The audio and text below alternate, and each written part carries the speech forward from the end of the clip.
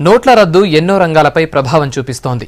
సీజన్తో సంబంధం లేకుండా సాగే టెక్స్టైల్ బిజినెస్ తీవ్ర ఒడిదుడుకులకు లోనవుతోంది. పెళ్లిళ్ల సీజన్లోనూ బట్టల దుకాణాలు వెలవెలబోతున్నాయి. కార్డ్ ద్వారా ట్రాన్సాక్షన్స్ చేసేవారు తక్కువ శాతమే కావడంతో షాపింగ్కు ఎవరూ రావటం లేదని వాపోతున్నారు వ్యాపారులు.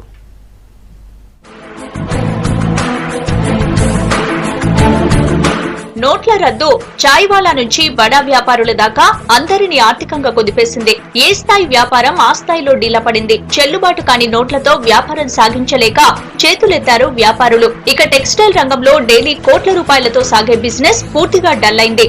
ఎప్పుడు షాపర్స్ తో నిండుగా ఉండే బట్టల దుకాణాలు కొనుగోలుదారులు లేక ఖాళీగా కనిపిస్తున్నాయి.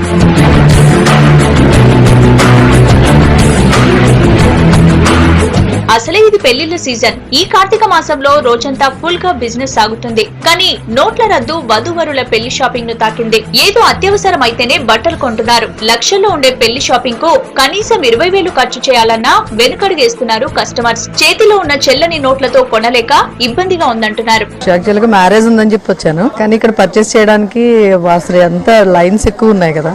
ఆ పర్చేస్ చేయాలంటే కంపల్సరీ మనీ అంటున్నారు, లేకపోతే 500 నోట్స్ తీసుకోవట్లేదు.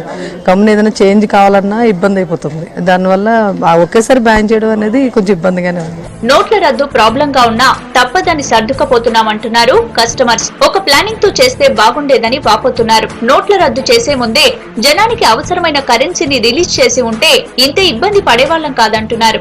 అంటే కార్డ్స్ సిస్టమ్ ఉన్నాయి కాబట్టి కొంతవరకు యూజ్ అమౌంట్స్ ఇబ్బంది లేదు, కానీ లూజ్ అమౌంట్స్ కొద్దిగా 100s 500s వరకు ఇబ్బంది అవుతుంది.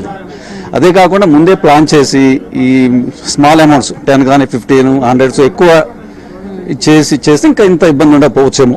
కార్డుతో షాపింగ్ చేసేవారు మాత్రమే షాపులకు వస్తున్నారు. అది కూడా స్వైపింగ్ మిషన్స్ ఉన్న షాప్స్ వెతుక్కొని మరీ షాపింగ్ చేస్తున్నారు. కార్డ్స్ కు కూడా లిమిట్స్ ఉండడంతో అంతవరకే కొనుగోలు చేస్తున్నారు. నిత్యం రద్దీగా ఉండే అమీర్పేట్, సికింద్రాబాద్, కోటి, కూకట్పల్లి లాంటి ఏరియాల్లో షాపింగ్ సెంటర్స్ వెలవెలబోతున్నాయి. రాను మనకి 9-10 తారీఖు నుంచి అయితే మోస్ట్లీ సేల్స్ అన్ని కూడా కార్డ్ సేల్స్.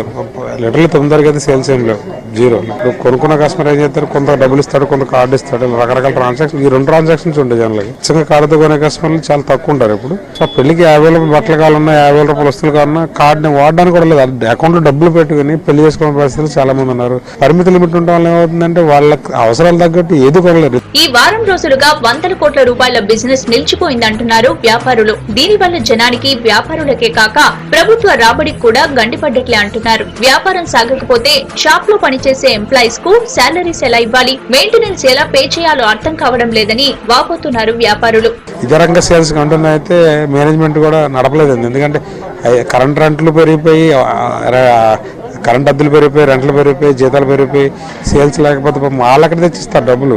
ఇచ్చినా మనకి ఏంటంటే సేల్స్ బాగుంటాయి, మాకే కదా అందరికీ బాగుంటాయి, ఎంప్లాయ్మెంట్ కూడా బాగుంటుంది. అంటే గవర్నమెంట్ కి 70% లాస్, నా వల్ల కాదు. ఓవరాల్ మార్కెట్ మీద చూసుకున్నా గవర్నమెంట్ వచ్చే ట్యాక్స్ కలెక్షన్ అంతా తగ్గిపోయింది. టెక్స్టైల్ వ్యాపారం నిలదొక్కుకోవడానికి మరో 3-4 నెలలు పడుతుందంటున్నారు. బ్యాంక్ కార్డ్స్ మీద లిమిట్ పెంచితే వ్యాపారం మళ్లీ ఊపందుకుంటుందని చెప్తున్నారు.